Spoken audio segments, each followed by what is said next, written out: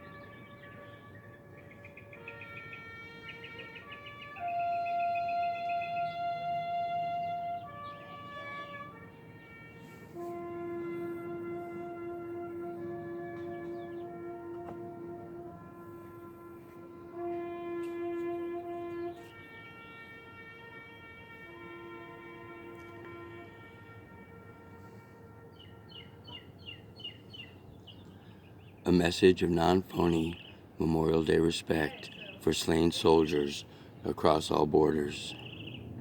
If you truly love a soldier, you will give them no cause to fight. If you want to honor the military, bless construction with their might.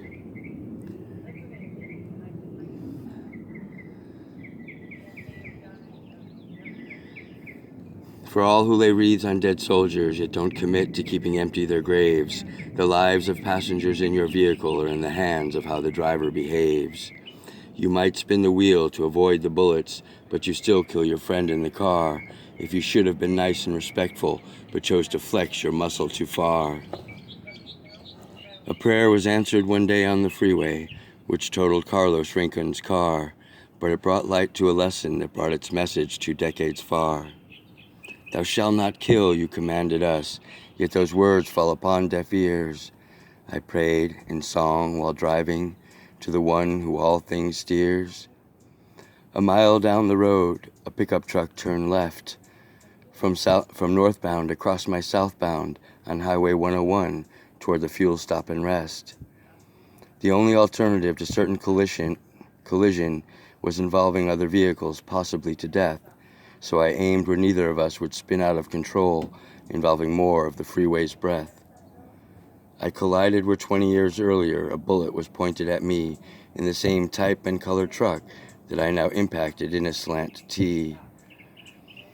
I was attempting to unite 2 families I was told were feuding and found to be true. Apologize for this primitive recording. I was told were feuding and found to be true.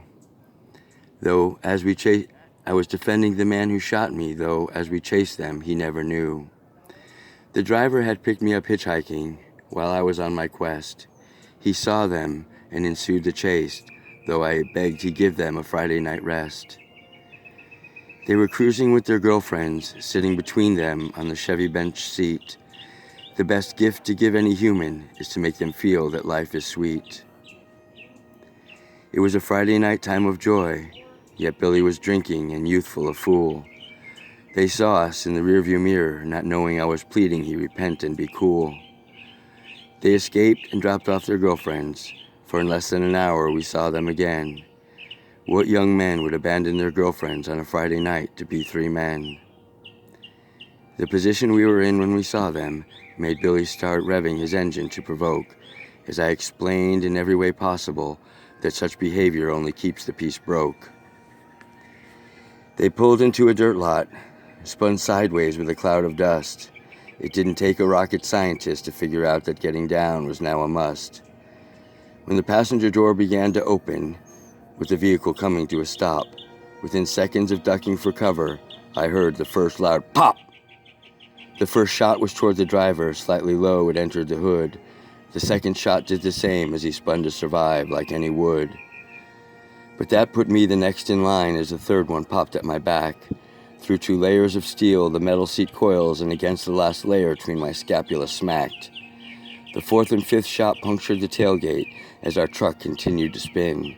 Fast forward 20 years, I smacked where that bullet went in. People don't kill just because they hate. Sometimes they're afraid, or they're drawing a line when others threaten to curse whom life has made. The man I struck apologized for not seeing me before he turned, but everything happens for a reason, and I still owe my friend for the lesson learned. Sorry, Carlos. And that was from the Book of Love and Fair Warning in 2015. Every court of law agrees that accomplices must bear guilt, and if someone is killed while a crime's in progress, a case against the crime's culprit would be built. Just as I could have been easily killed, my children never born and this poem never read, I was a man of peace and friendship, mistaken for someone who deserved to be dead. Likewise, in the casualties of war, those who celebrate have no clue, because they dance in their illusion their victims deserved what the reaper will do. Furthermore, all the blood of soldiers shed by leaders whose hearts were cold might likewise feel as justified by the story they bought and sold. But that does not mean the collateral damage does not splatter on your soul, even if you shield your eyes and heart from examining the toll. If you provoke what needs not be provoked, every dead soldier was killed by you, even if you squirm in the public eye to put a spin on what you do. Though my tongue is bound to English, this is a universal key, and love of the Creator would have every eye to see.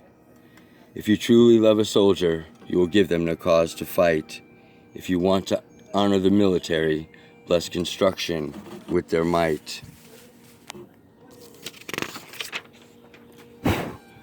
To all who lay wreaths on dead soldiers, yet don't commit to keeping empty their graves, the lives of passengers in your vehicle are in the hands of how the driver behaves. You might spin the wheel to avoid the bullets, but you still kill your friend in the car if you should have been nice and respectful, but chose to flex your muscle too far. Instead of one soul, you have thousands and millions, so your responsibility is huge. It is best to prevent what creates it than suffer the floods of its deluge. Love and respect for all the living, forgiveness, patience, goodwill. On Memorial Day, the tribute is vain if such promise our chiefs never fill. Instead, it's just a band-aid of look at me and make believe, unless they commit to making damn certain that no other soldier the same fate must receive. A prayer was answered one day on the freeway. Now I must deliver its message to you.